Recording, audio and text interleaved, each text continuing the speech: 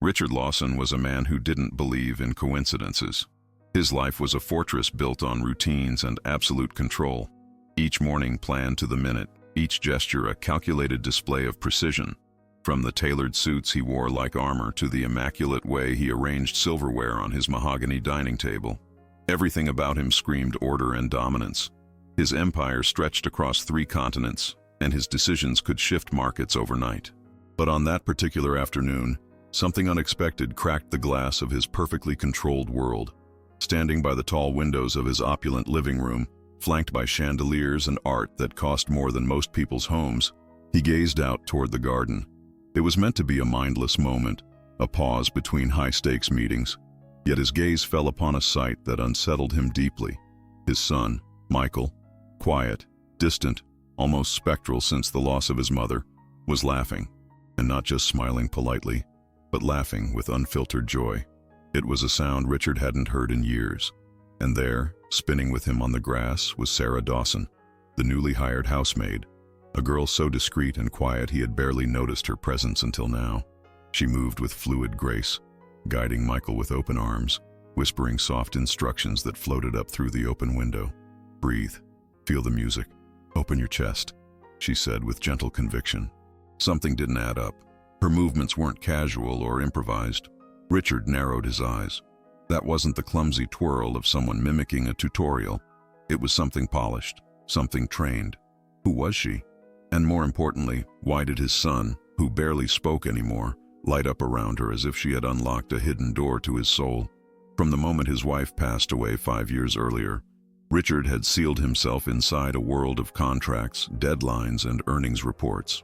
Grief, in his mind, was a vulnerability to be suppressed, not explored. So he erased everything that reminded him of her.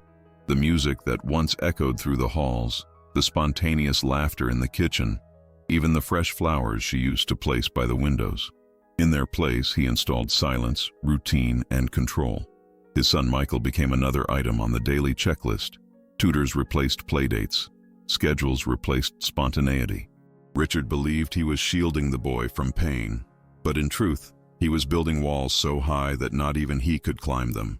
Michael, now 11, was a quiet, inward child. Curious, yes, but distant. His shoulders were always slightly hunched, his voice soft, and his eyes almost always buried in books or in the quiet escape of music played on a hidden tablet.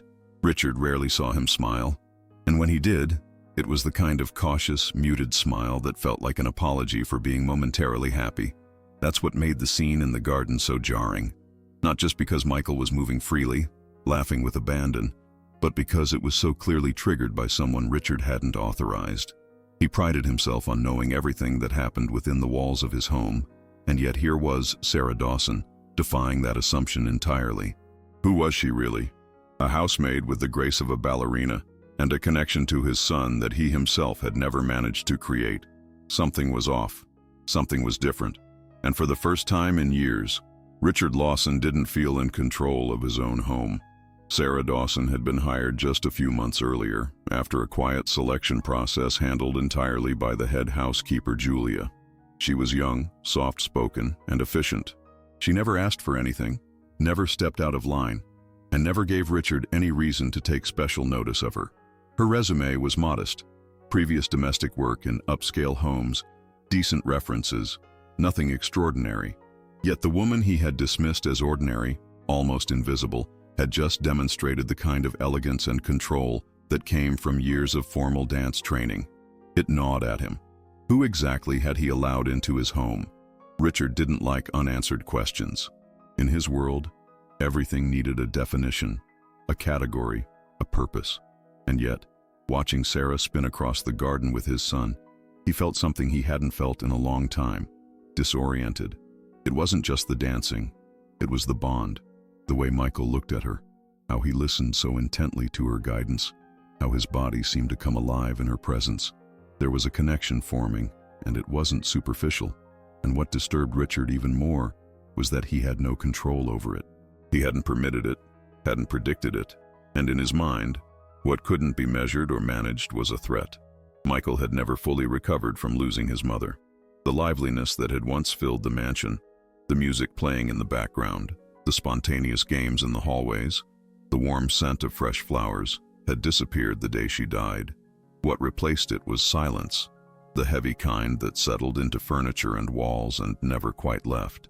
In an effort to cope, Richard had thrown himself deeper into work, convinced that structure and achievement were the best shield against pain. He doubled down on logic, believing that if he just organized everything well enough, nothing would ever hurt again. Meanwhile, Michael drifted. He was smart, incredibly so, but emotionally walled off. His days were filled with advanced lessons and solitary activities. No one really noticed what was missing, until Sarah. She had seen it. Not just the boy Michael showed to the world, but the one hiding underneath. The child who danced alone in the shadows of the garden, who spun clumsily under trees when he thought no one was watching. Sarah didn't laugh at him. She didn't correct him harshly. She simply stepped into his orbit and offered him something no one else had: patience and presence. Their lessons were never formal, never scheduled, just small, spontaneous moments of connection. To Michael, they were everything. Each new step learned was a victory. Each shared smile, a thread stitching together a part of him that had started to come undone. And without even realizing it, Sarah was also starting to reconnect with a part of herself that she thought she had lost forever. Long before she ever set foot in the Lawson mansion, Sarah Dawson had lived an entirely different life, one that now seemed buried under years of silence and anonymity. There was a time when dance had been her entire universe, not as a hobby or a side passion, but as her identity. A promising talent in the world of contemporary ballet, she had once moved through the spotlight with breathtaking confidence, her performances praised for their depth and emotional authenticity. But all of that came to a sudden halt after a tragedy she never spoke about. Teaching Michael wasn't part of any plan. It happened organically, like breathing. She hadn't set out to reveal herself through pirouettes on the garden lawn. But when she first saw him practicing alone, mimicking ballet moves from a video on his tablet under the giant maple tree, something in her cracked open. He didn't know she was watching. His movements were awkward, untrained, but they were full of something rare. Not ambition, not technique, emotion. A kind of raw, aching honesty that mirrored the quiet sadness she knew too well. The next day she approached him. "Do you like to dance?" she asked softly. He blushed, nodded shyly, and from that simple moment, a bond began to form. Teaching him wasn't just about the dance. It became a shared language between two people who had known different kinds of loss but found the same kind of comfort in movement. For Michael, dancing with Sarah was unlike anything he had ever experienced. It wasn't a lesson. It was a refuge. In those brief minutes each day, tucked between the monotonous rhythm of private tutors and strict routines, he found something real. She didn't demand perfection. She didn't shout. She demonstrated, smiled, guided, and most of all, she saw him. Not the obedient son of a powerful businessman, not the quiet boy with too many tutors and not enough hugs, but him, as he truly was. Slowly, he began to anticipate those lessons. He waited for her to appear in the garden or in the unused music room at the back of the house. Each new step felt like a secret achievement, something that belonged only to them. And for the first time since his mother's death, Michael felt like he was growing, not outwardly, but inwardly, learning to move not just with his feet, but with his emotions. Sarah, too, was changing. Guiding him brought back the joy of dancing for meaning, not for applause. She didn't need a stage to feel whole, just the quiet determination in Michael's eyes. And yet, despite everything that was blossoming between them, she knew she was treading on fragile ground. Richard Lawson was not a man who tolerated deviations from the rules. She hadn't been hired to teach dance, much less to become emotionally involved with his son. But some instincts run deeper than fear. And something about the way Michael looked at her made her feel protective in a way she hadn't felt in years. What Michael hadn't dared to say aloud, even to himself, was that he now had a dream. A real one. Not just a fleeting curiosity or a fantasy hidden in books, but a desire that lit up inside him each time he moved. He wanted to dance. Not to be famous, not to impress his father, just to feel that sense of freedom again. It had started quietly one night during a bout of insomnia. Hiding under his bedsheets, he discovered a video of a ballet performance. He had clicked on it by accident, expecting to be bored, but found himself captivated. From that moment on, he watched that same video over and over again, fascinated by the grace, The strength, the emotion. He didn't understand the technique, but he felt it. He couldn't explain it, but it made him feel less alone. Slowly, he began to copy the movements in secret. Awkward spins in his room, tentative steps on the edge of the garden when no one was around. It wasn't pretty, it wasn't polished, but it made him feel alive. And then Sarah saw him. She never laughed, never made him feel ashamed. Instead, she offered a soft question, a gesture of invitation. He had no idea she knew what she was doing, not until she began showing him how to hold his frame, how to breathe, how to let the music move him. Every lesson was a revelation, not because he was improving, but because someone finally saw his sadness and didn't try to erase it. She embraced it, and in doing so taught him that beauty could live even in broken places. Richard, meanwhile, couldn't shake the image of Sarah and Michael dancing together. It followed him like a phantom through boardrooms and business calls. At first, he convinced himself it was a passing curiosity, but as the days went on, it became an obsession. He started observing more closely, not confronting them but watching from afar. Something about the way Michael moved around her disturbed him, not because it was wrong, but because it was working. The boy was opening up, laughing, trying.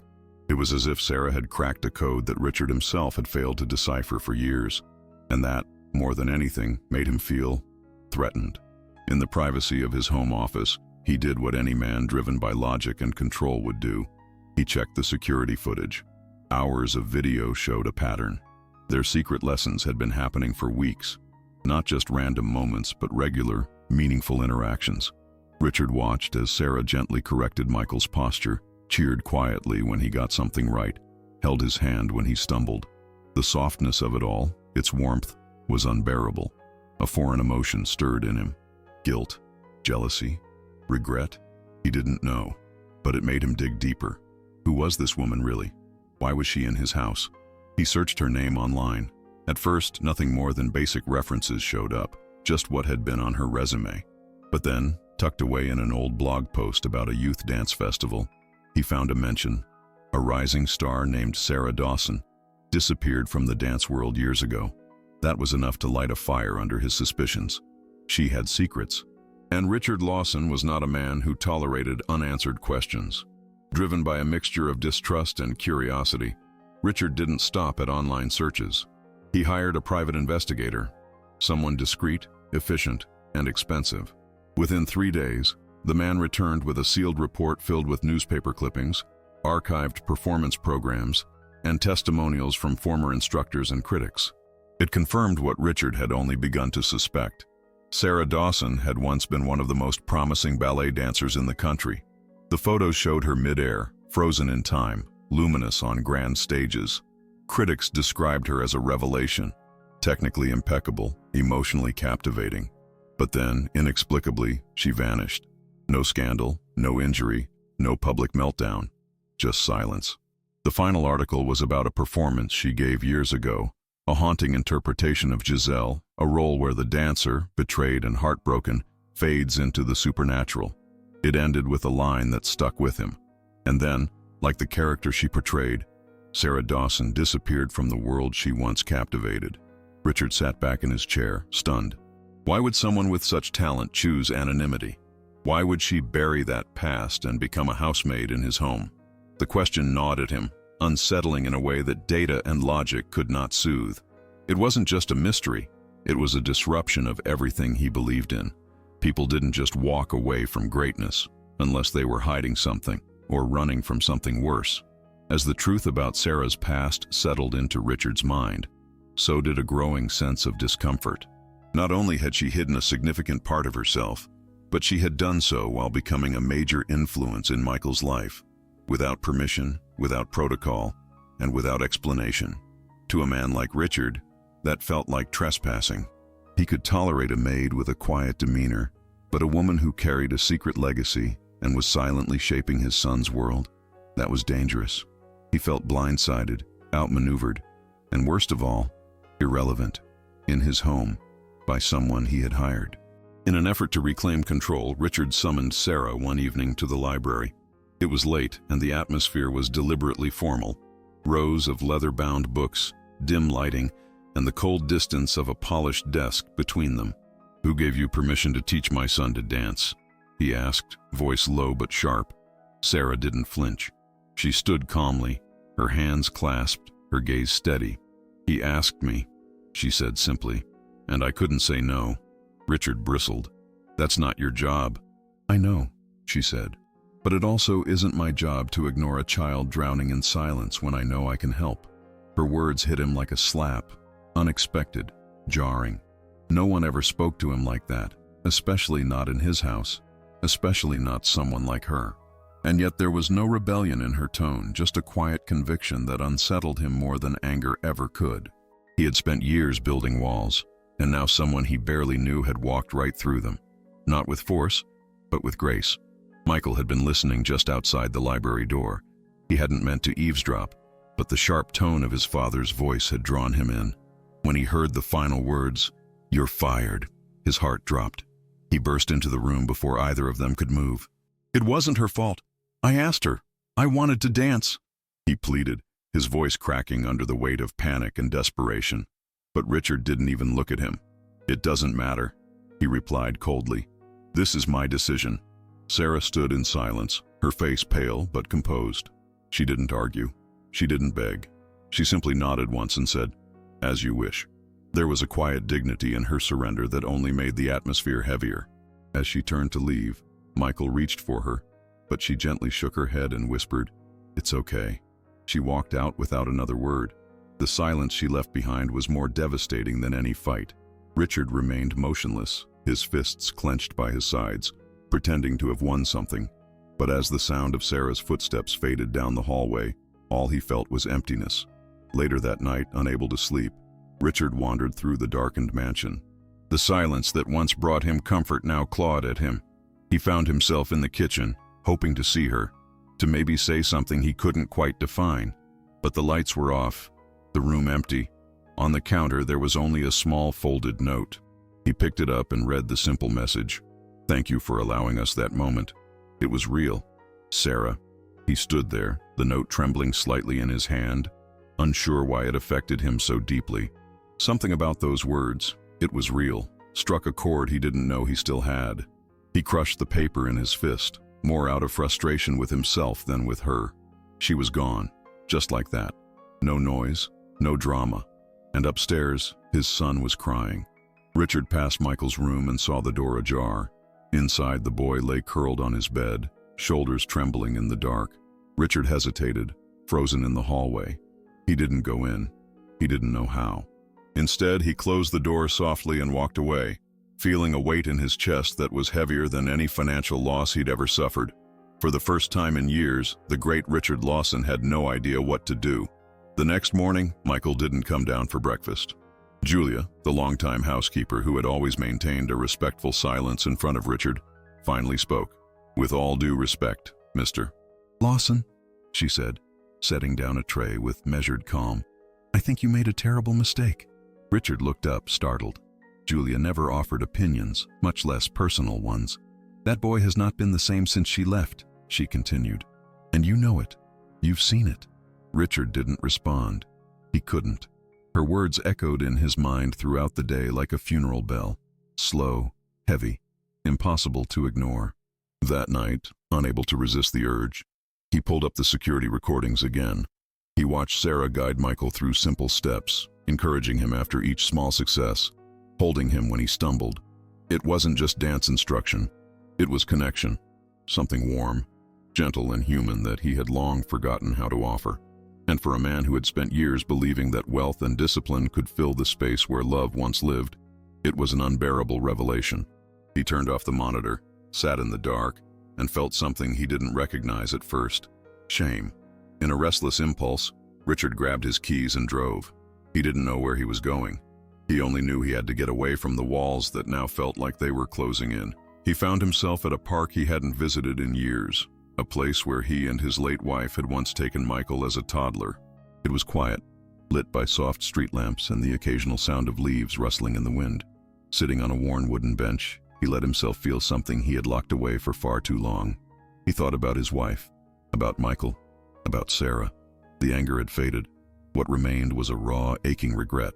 He had driven her away not because she posed a real threat, but because she made him feel vulnerable, something he had spent a lifetime avoiding.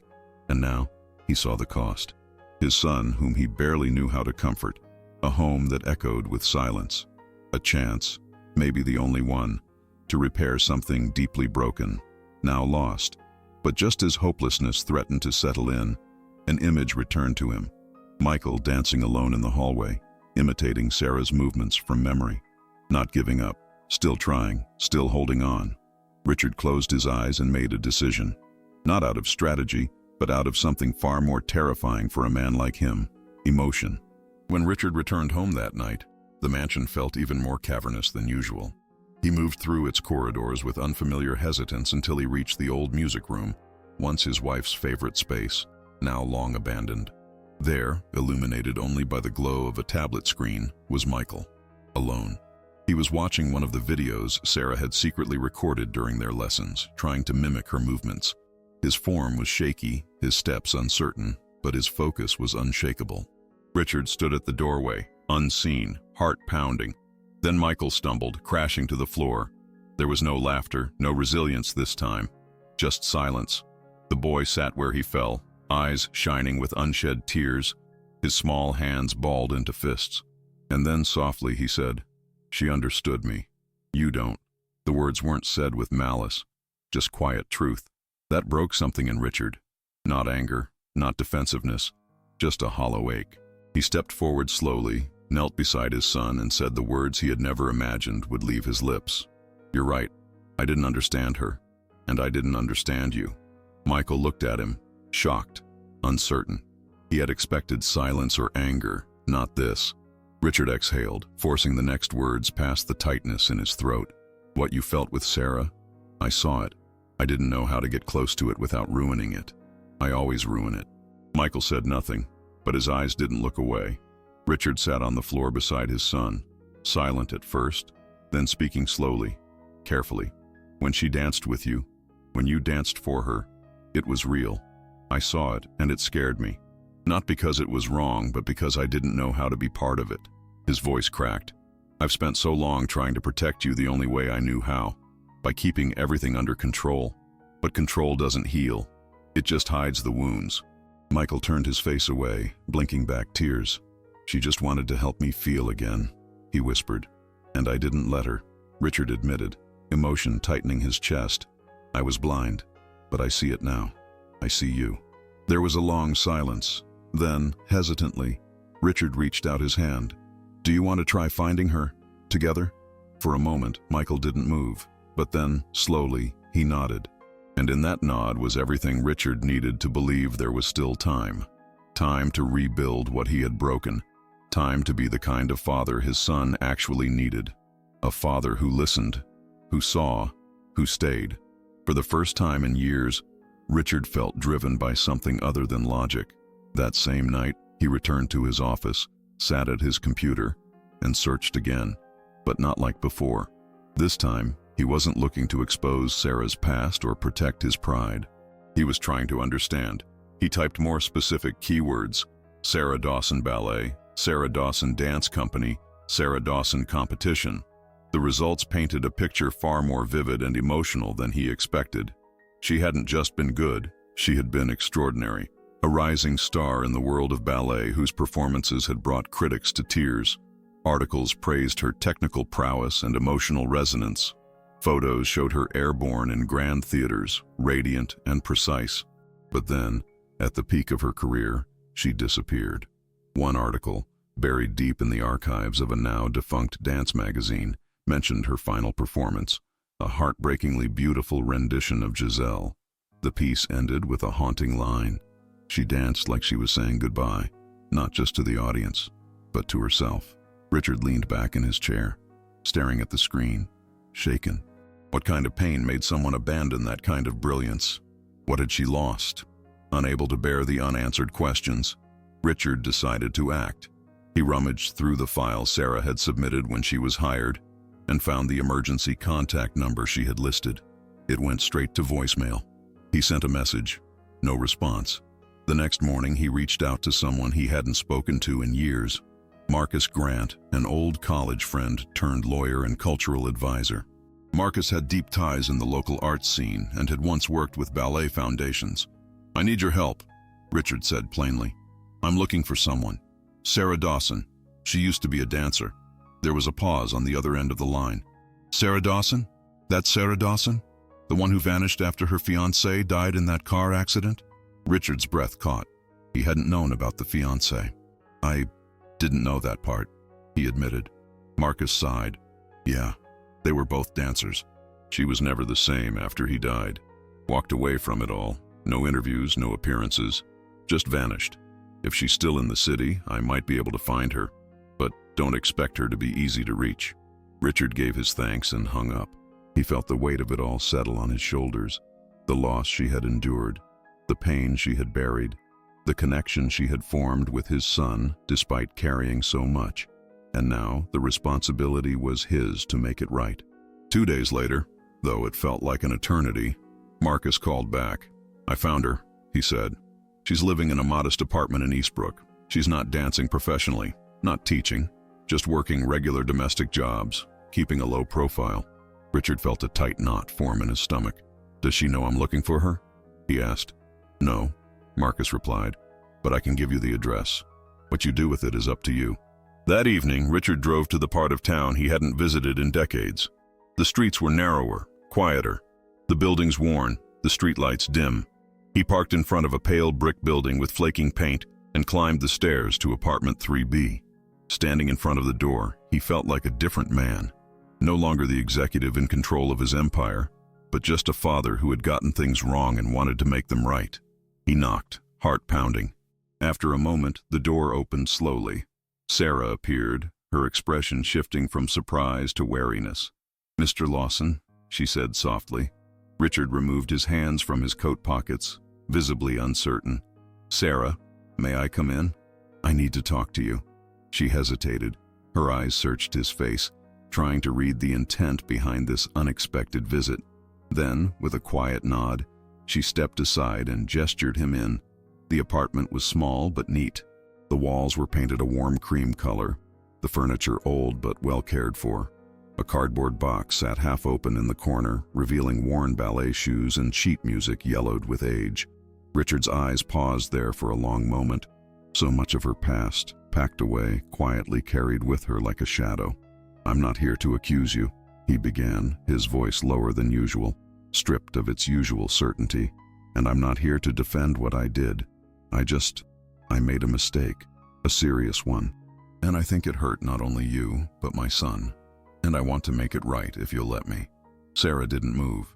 Her arms were folded across her chest, her eyes steady. She seemed prepared for confrontation, but not for vulnerability. "You have no idea what that time with Michael meant to me," she said quietly. "Dance was everything to me once, but I buried it after I lost. After the accident." She paused, her voice catching for the first time. "I couldn't bear the pain that came with it. So I disappeared."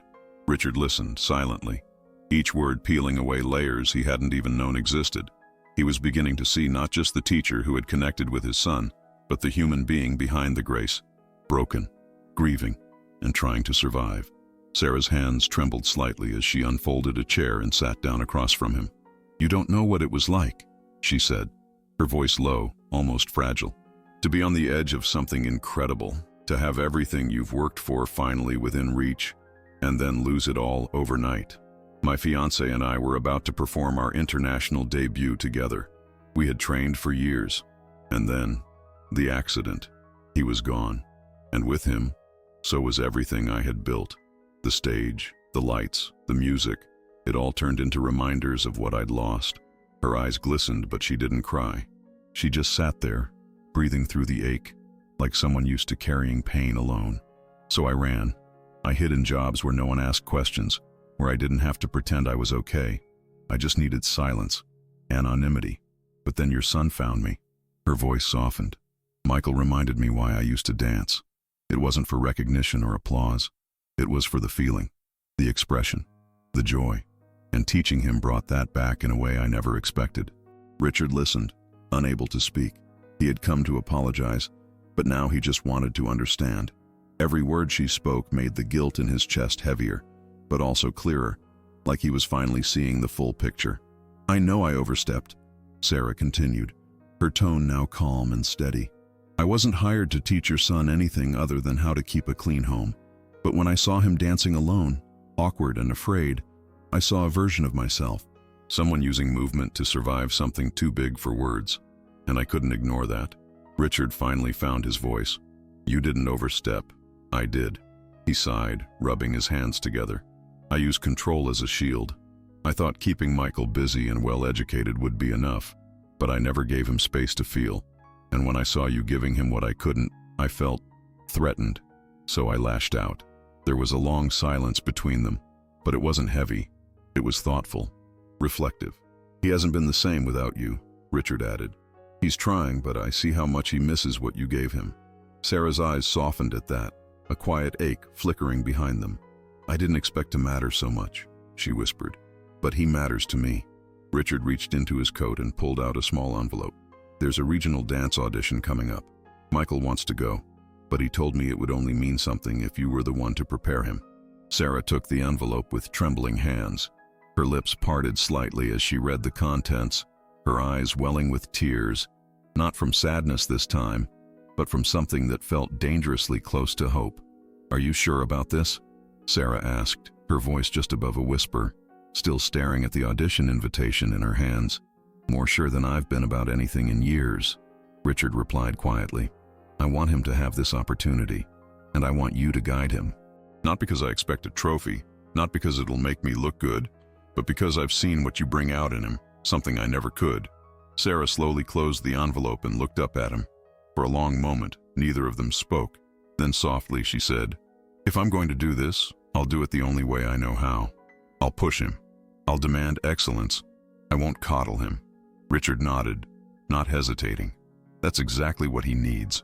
Someone who believes in him enough to challenge him. She gave him a faint smile, the kind that flickered like the first light after a long storm. In that small, quiet room, something shifted. Two people who had lived very different lives, marked by pain and regret, were now, unexpectedly, choosing to rebuild something, for a boy who had reminded them both how to feel. The next morning, Sarah walked back through the gates of the Lawson estate. Julia met her at the door, her expression unreadable at first, but then she gave a small, approving nod. Without a word, she stepped aside and let her in. Sarah headed straight upstairs, heart pounding with a mix of anticipation and uncertainty. When she reached Michael's room, she found him sitting on the edge of the bed, his posture slouched, the tablet resting beside him like a forgotten relic. He looked up slowly, as if not quite believing what he was seeing. Then, in one quick, unguarded moment, he jumped to his feet and threw his arms around her. "You came back," he whispered, his voice tight with emotion. Sarah crouched down to his level, holding him tightly. "We've got training to do, champion. There's a competition coming up, remember?" His face lit up, and for the first time in weeks, the spark in his eyes was back. From the hallway, Richard watched in silence. His throat tightened as he witnessed the reunion, the warmth, the genuine affection. And for the first time in years, he didn't feel like a stranger in his own home. The echoing halls of the mansion no longer seemed hollow. Something had returned, something that could never be bought or measured, something as simple and powerful as a second chance. The weeks that followed marked a quiet but undeniable transformation within the Lawson household. The once muted atmosphere, defined by sterile routines and hushed footsteps, was gradually replaced by rhythm, movement, and the occasional burst of laughter. The old music room, unused for years, was now a rehearsal space. Mirrors were installed on one wall, a soft floor mat laid over the wood, and a small speaker played classical pieces on repeat. Every morning, Michael stretched and warmed up under Sarah's watchful eye. She didn't go easy on him. Her instructions were precise, her standards high. Again, not just the movement, feel it, she would say, adjusting his arms or correcting his balance. But her firmness was never harsh. Her belief in him was unwavering, and that alone gave him the strength to push through the fatigue, the errors, the doubt. Michael began to walk differently, taller, more centered. He spoke a little more, smiled more freely. He was changing, not just as a dancer, but as a boy learning to believe in his own voice. And each day Richard came home earlier than usual. He didn't interfere. He simply stood at the doorway of the music room and watched, quietly absorbing the magic unfolding before him. Sarah noticed the subtle shift in Richard as well. He asked questions about ballet, technical ones, emotional ones. He even began reading about it in the evenings, trying to understand the world his son was stepping into. They talked more now, initially about Michael's progress, but soon their conversations deepened. They spoke of grief, of regret, of love lost and slowly reclaimed. One evening, while sipping tea in the garden after a long rehearsal, Sarah looked at Richard and said, "He's almost ready for the stage." Richard nodded. "Do you think he knows how much I believe in him?" She paused for a moment, considering her response carefully. "He needs to hear it, not just feel it. Say it to him. Let it be part of his story." Richard looked down at the cup in his hand, the steam rising in the cool air. "I've never known how to say those things. Then now is the time to learn," she replied gently. Her words held no judgment, only truth. And for a man who had spent most of his life building an empire with numbers and contracts, learning to speak the language of love and belief was the most difficult, but also the most necessary lesson of all. The morning of the competition arrived bathed in golden sunlight, the kind of day that felt charged with quiet expectation. The city's regional arts center buzzed with energy, dancers warming up in the hallways, parents nervously adjusting costumes, instructors giving last-minute advice. Michael stood backstage in his simple, elegant white costume, his fingers interlocked as he tried to steady his breath. Sarah knelt beside him, adjusting the sleeve on his arm, her voice soft but firm. "Remember, you're not here to win. You're here to dance. Tell your story. Let them see who you are." Michael nodded, his voice barely audible. "I know." Out in the audience, Richard found his seat near the front. He wore a suit, but it felt different today. Less armor, more presence.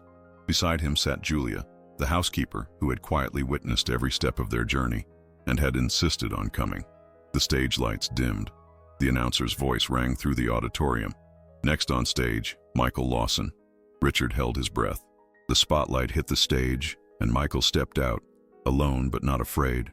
For a moment he closed his eyes and imagined Sarah's voice counting the beats, his father watching from the audience, and then he moved.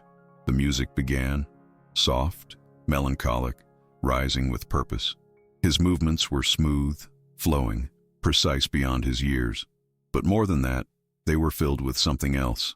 Emotion, a quiet kind of strength that made the crowd lean forward in their seats. Every gesture told a part of his story.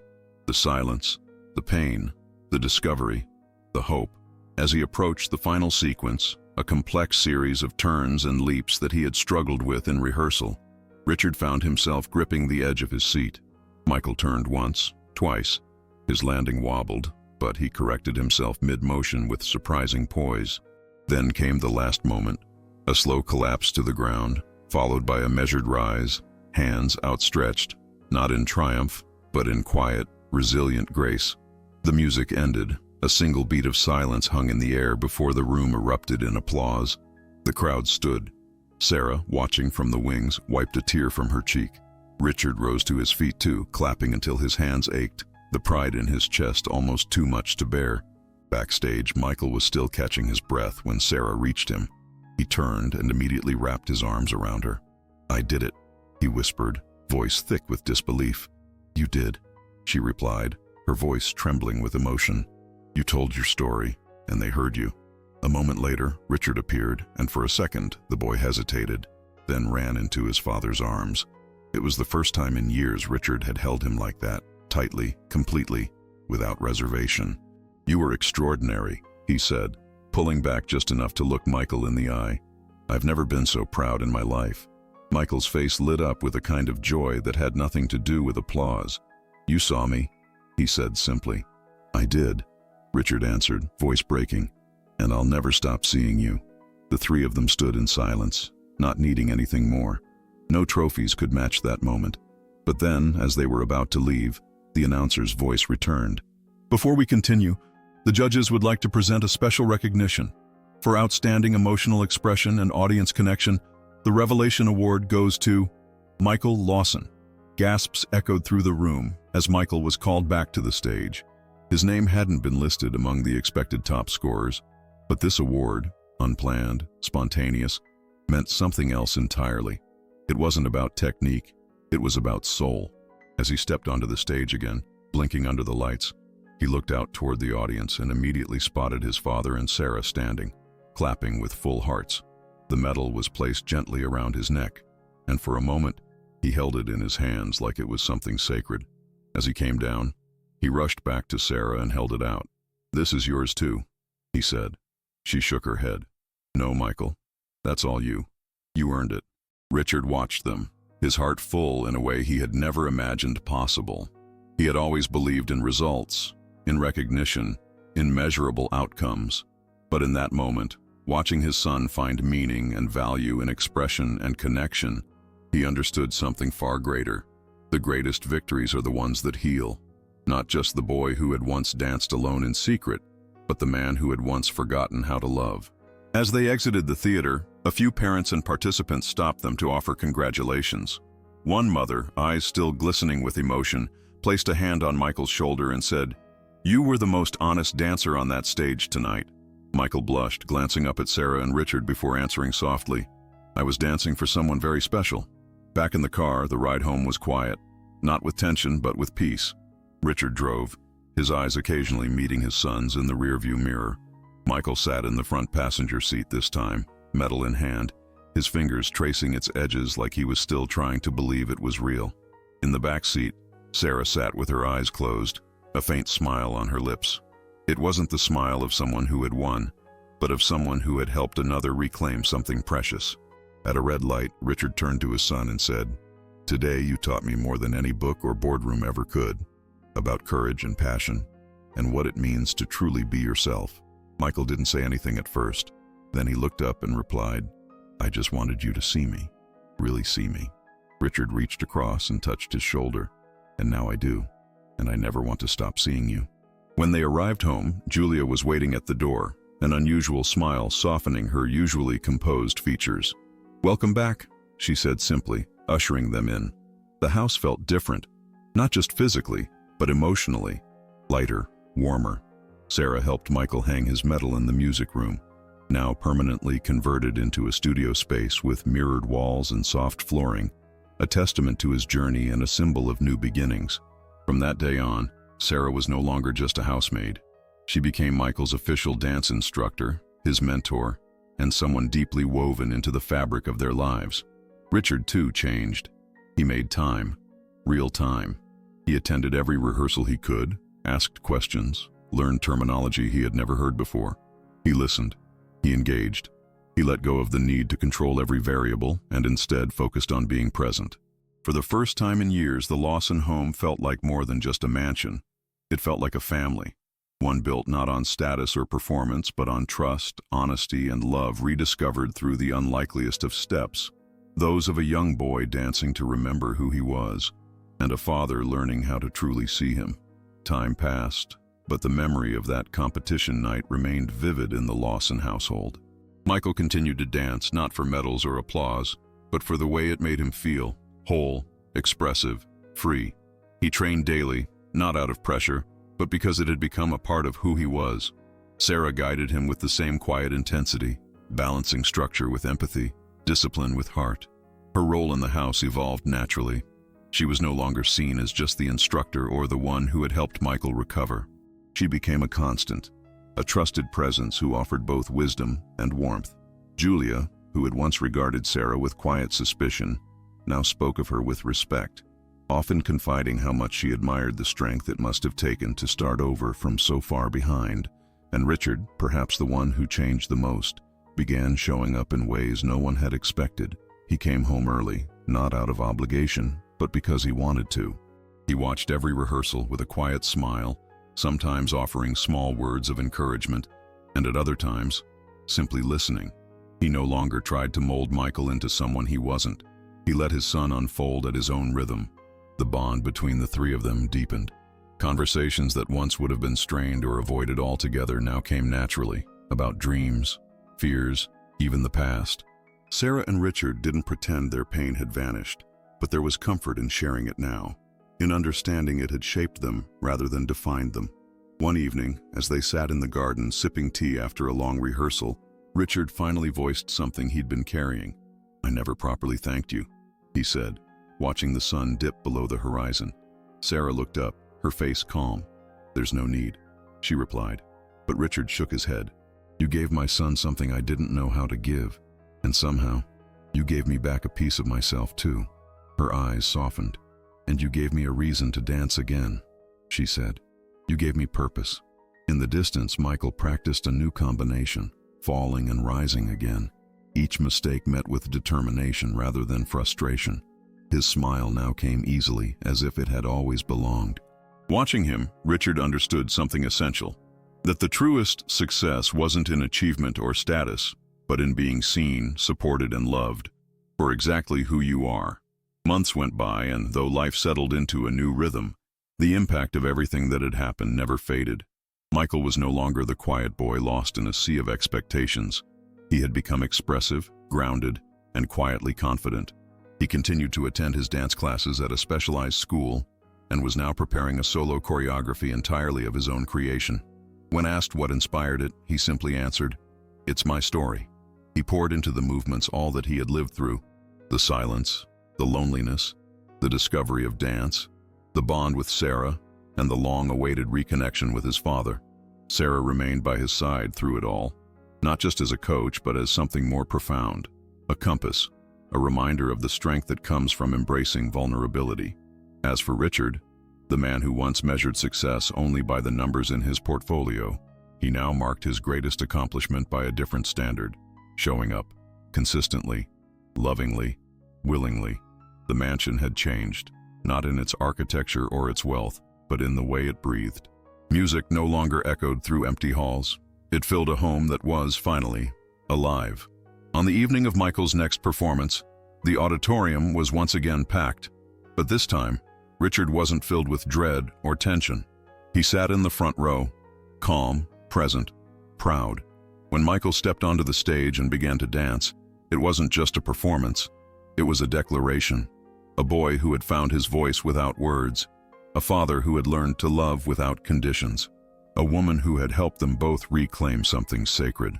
As the final note played and Michael bowed, he glanced toward the audience.